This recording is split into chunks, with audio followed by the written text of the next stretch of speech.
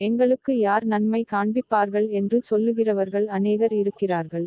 கர்த்தாவே, உம்முடைய முகத்தின் ஒளியை எங்கள் மேல் உயர்த்தும். அவர்களுடைய தானியமும் திராட்சரசமும் பெருகிய காலத்தை பார்க்கிலும் நீர் என் இருதயத்தில் மகிழ்ச்சியை அருளினீர். சங்கீதம் 4-6-7. பொருள் 1. மக்கள் பெரும்பாலும் உலகில் நல்ல விஷயங்களைத் தேடுகிறார்கள், அதிக பணம், வெற்றி, அறுவடை, ஆறுதல். அவர்கள், எங்களுக்கு யார் நல்ல நாட்களை கொண்டு வருவார்கள். 2. ஆனால் சங்கீதக்காரன் உண்மையான மகிழ்ச்சி பொருட்களிலிருந்து வருவதில்லை என்று கூறுகிறார். மாறாக, அது கடவுளின் பிரசன்னத்திலிருந்து வருகிறது, உங்கள் முகத்தின் ஒளி. 3. ஒரு பெரிய அறுவடை, பதவி உயர்வு அல்லது செழிப்பு ஆகியவற்றின் மகிழ்ச்சியை விட கடவுள் ஒரு நபருக்கு உள் மகிழ்ச்சியை கொடுக்க முடியும். 4. உலக ஆசீர்வாதங்கள் நம்மை ஒரு கணம் மகிழ்ச்சியடையச் செய்கின்றன, ஆனால் கடவுளின் மகிழ்ச்சி ஆழமான, நீடித்த அமைதியை தருகிறது என்பதை இந்த பகுதி நமக்கு கற்பிக்கிறது. கதை 2 விவசாயிகள். ஒரு சிறிய கிராமத்தில் 2 விவசாயிகள் வாழ்ந்தனர், ராகவன் மற்றும் டேனியல். முதல் விவசாயி ராகவன். ராகவன் கடின உழைப்பாளி மற்றும் செல்வந்தர். ஒவ்வொரு ஆண்டும் அவரது வயல்கள் ஏராளமான தானியங்களையும் திராட்சைகளையும் விளைவித்தன.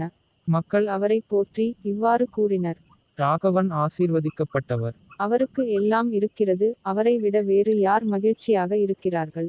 அவர் தனது அறுவடை விழாக்களை அனுபவித்தார், மது அருந்தினார், கொண்டாடினார். ஆனால் உள்ளே அவர் அடிக்கடி கவலைப்பட்டார். அடுத்த ஆண்டு மழை இல்லாவிட்டால் என்ன செய்வது?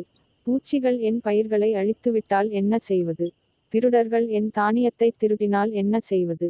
அவரது செல்வம் இருந்த போதிலும் அவரது இதயம் அமைதியடையவில்லை. இரண்டாவது விவசாயி டேனியல். டேனியல் பணக்காரராக இல்லை. சில ஆண்டுகள் அவரது பயிர்கள் நன்றாக இருந்தன, சில ஆண்டுகள் அவை சிறியதாக இருந்தன. ஆனால் டேனியலுக்கு வேறு ஏதோ ஒன்று இருந்தது. தினமும் காலையில் அவர் ஜெபித்தார்: ஆண்டவரே, உமது முகம் என் மீது பிரகாசிக்கட்டும். இன்று என்னுடன் இருங்கள். அவரது பயிர் குறைவாக இருந்தபோதும் அவர் சொல்வார்: கடவுள் என்னுடன் இருக்கிறார், எனக்கு தேவையானதை அவர் கவனித்துக் கொள்வார்.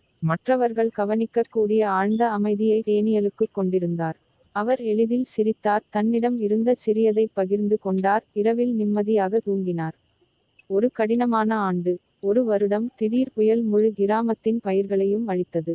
ராகவன் பீதியடைந்தார். அவர் தனது இழப்புகளை எண்ணிக்கொண்டே இருந்தார், தனது தொழிலாளர்களை கூச்சலிட்டார், இரவும் பகலும் கவலைப்பட்டார்.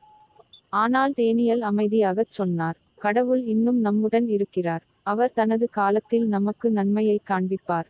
அவரது அண்டை வீட்டாரின் உடைந்த வேலிகளை சரிசெய்ய உதவினார்.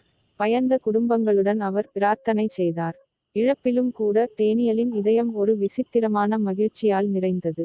மக்கள் ஆச்சரிய